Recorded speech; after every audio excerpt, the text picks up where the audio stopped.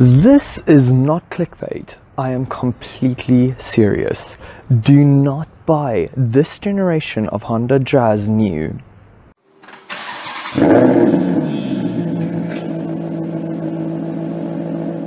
Hi guys, Eric here and welcome back to my channel. Today we will be having a look at this 2018 Honda Jazz 1.5 CVT Sport.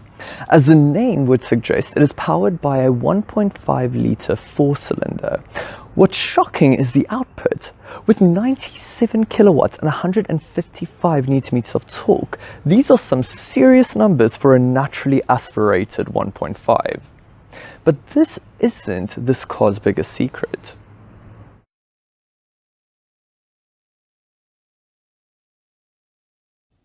The first generation Honda Jazz, or Fit as it is known in some other markets, debuted in mid-2001 and began sales in South Africa in 2003.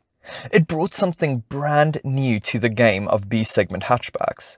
Because of clever design such as placing the fuel tank under the front seats and in some cases removing the spare wheel, the boot floor of the Jazz was really low. Combine that with rather tall dimensions made for a very big boot of 323 litres, especially for its compact size. There was much more to the story than merely a big boot. Cue the magic seats. An ingenious piece of design that allows many different configurations of the rear and front passenger seats for practical reasons. The rear seats can fold completely flat into the floor in a 60-40 split to match the low boot floor, pushing utility space up to 1,323 litres. The rear seat bases can fold upwards to the seat backs for tall skinny objects like plants or small trees. And the front passenger seat can also fold forward to make way for very long objects, up to 2.4 meters. And this on a car that is no longer than 3.85 meters. Astonishing.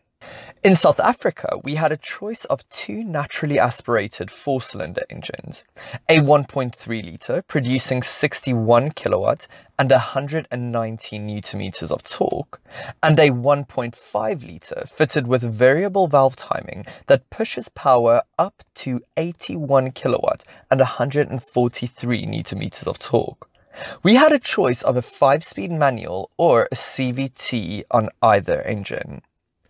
Standard spec was very generous with anti-lock brakes and electronic brake distribution, 2 airbags, power steering, air conditioning, electric mirrors, electric windows front and rear, CD player, central locking and a trip computer, to name a few.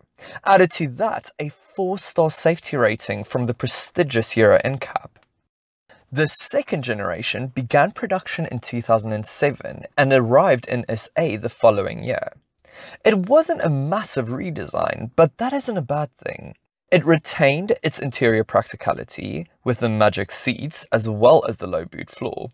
It also became available with a new 1.3 litre engine, and the CVT transmission was replaced on the 1.5 by a conventional 5-speed torque converter. Power was upped on both engines compared to its predecessor, with the 1.3 now developing 73 kilowatt and 127 newton meters of torque, and the 1.5's power elevated to 88 kilowatt and 145 newton meters. This generation also proved to be quite reliable. The third generation was released internationally in 2013 and arrived in South Africa in 2015. To me, it is the most attractive version on sale, at least until the new one arrives at our shores in 2021. It looks positively youthful and lively, with the interior following suit while also retaining class-leading interior space and loading capacity. The engines are updated to either a 1.2 litre with 67 kilowatt and 140 newton meters of torque, or a 1.5 litre with 88 kilowatt and 145 newton meters. The pricing was rather expensive though, and in earlier models there were some quality issues. In 2018, Honda released this Sport trim. It really looks the part thanks to 16-inch black alloy wheels, a large rear spoiler, an aggressive bumper, LED headlights, a rear diffuser, and red accents dotted around the exterior panels. It looks attractive, even by 2018 standards. First impressions are really good when you get into this quirky, sporty little hatchback. I really like the design of this interior, particularly the multi-tier dash. The center console is curved towards the driver, which gives you the impression that this is a driver-focused car. The general theme is rather angular and quite aggressive. This theme is reinforced by shiny black plastic, accentuated by burnt sienna trim and a black headliner. All of this coming as standard on the Sport trim. However, this cabin feels very bright and airy thanks to massive windows, as well as very thin A, B and C pillars. Then there are these cute, quirky little touches, such as these dual driver air vents, as well as a cup holder on the right-hand side of the steering wheel. Speaking of steering wheel, it is very attractive. The design is suitably sporty, the rim is wrapped in leather and contrasted by orange stitching. The buttons on the steering wheel give great feedback and are ergonomically very well thought out. There are even these sporty paddle shifters at the back of the steering wheel. The dials are very attractive too. It is divided into 3 circles. Front and center is the speedometer with big and easy to read digits, which is great for the older community. The circle to the left houses the rev counter with comparatively smaller digits, and the circle to the right houses the multicolored dot matrix driver's information display and trip information. The stalks to the indicators and wipers are beautifully dampened and suitably premium. Standard specification on the Sport model is very generous indeed. As standard, you get rear park distance control, a reversing camera with all-right graphics, a trip computer, keyless entry and start, a single-zone automatic climate control, a full-color touchscreen infotainment system, leather-wrapped steering wheel as well as gear lever, cruise control, 16-inch alloy wheels, and electric windows front and rear as well as electric mirrors, and this is to name but a few. When it comes to storage, the Jazz performs fairly well. The glove box is rather average and the door pockets are on the small side, but you do get 3 deep front cup holders, a large area underneath the climate controls for your phone, a small space behind the gear lever that is perfect for the Honda keys, and another small square space that is made for holding coins. Lastly, there is another storage compartment underneath the center armrest, which is rather deep and wide. It must be mentioned though that none of these storage compartments are lined with a soft material, so it can be quite rattly while on the move. Get in the back and you're rewarded with loads of knee room as well as sufficient headroom for an average sized male adult. It must be said though that you can't really slide your feet underneath the front seats for extra driving comfort. The seats are very comfortable though, and these windows are massive. This is great for 2 reasons. 1, it allows loads of natural light into the cabin. And 2, children love the great view they get of the outside world while on the move. There's even 1 storage pocket behind one of the seats. Sadly, you don't get rear climate control vents and the rear door pockets are puny. Thankfully, they are big enough to fit a small bottle, but that's a good thing because you don't have any rear cup holders or a center armrest either. Perceived build quality is alright. With the exception of a undampened glove box, everything feels solidly put together. Fit and finish is even better. I couldn't find any inconsistent panel gaps with all the panels fitting together gracefully. There are some neat touches too, such as these glossy surrounds for the speaker covers. However, you do expect that from a car at this price point. What you don't expect, however, is the level of materials used, and I do not mean this in a good way. Almost everything, with the exception of the Honda logo on the steering wheel, is made out of hard plastic. I was quite surprised by this, especially considering the price that this car demands. Even these door handles are made out of painted plastic. The gear knob, with the exception of the leather covered top, is made out of plastic and surrounded by more plastic. Plastic. Combine that with a general lack of dampness to the rest of the cabin, and this car feels a bit cheaper than it is. This is not good. Thankfully, these plastics aren't as thin as you might find on some budget car offerings, but this is no budget car. Locally, at least, this car is rather pricey. Now, I must give it some credit. This design is already 8 years old, and there is a new one already available in some international markets. But still, here in South Africa, it is still available, brand new, demanding quite a high price tag. They could have easily updated this infotainment system during a facelift too. It does respond well to my touch, but it is unnecessarily laggy, and the graphics is out of date. Thankfully, it does make up for it by being very versatile. CD player, USB, Bluetooth audio, and even an HDMI input is all available for all your audio needs. It is also finished in trendy piano black plastic, but oh my gosh, is it a fingerprint magnet.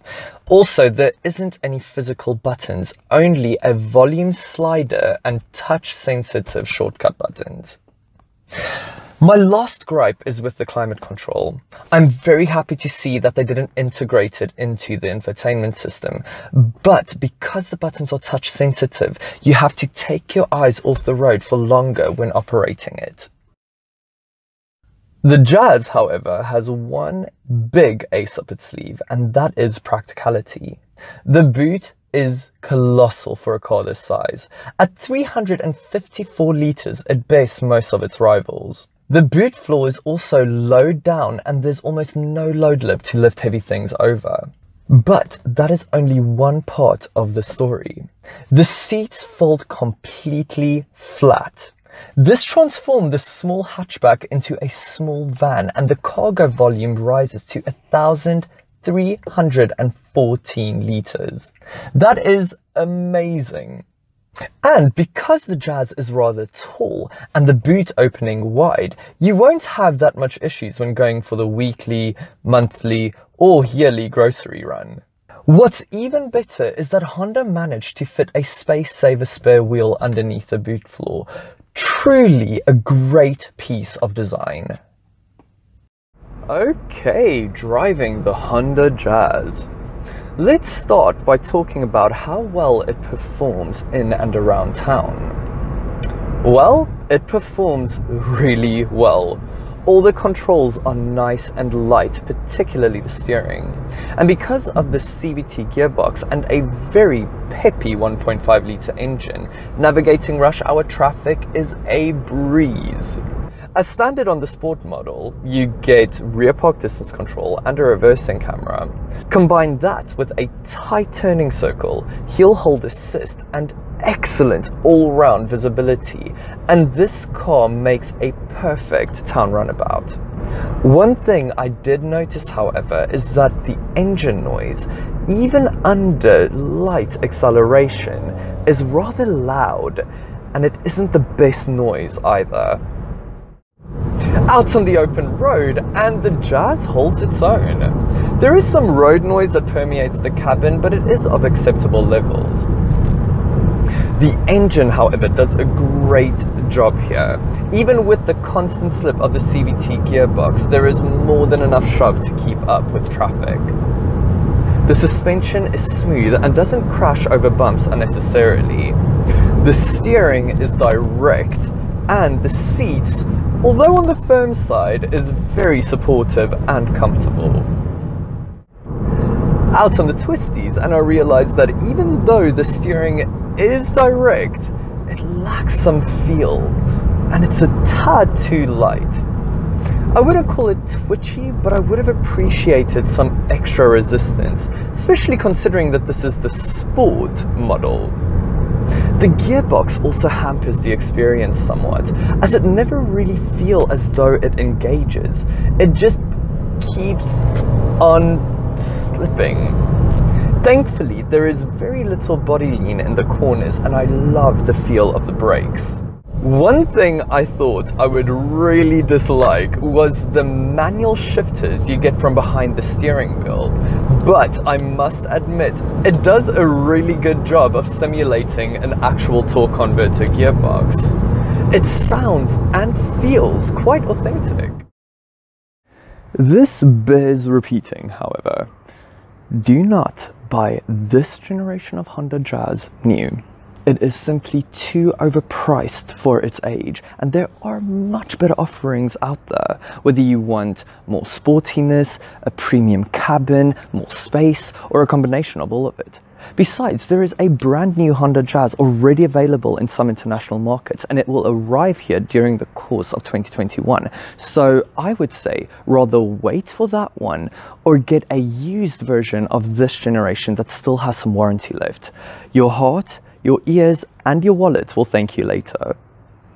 Thank you so much for watching another one of my videos. I hope you found it helpful. If you enjoyed it, please remember to like it, as it makes a world of difference for my channel. If you haven't already, be sure to subscribe to stay in the loop for when I upload another video. I hope you guys have a great day. Until next time, bye.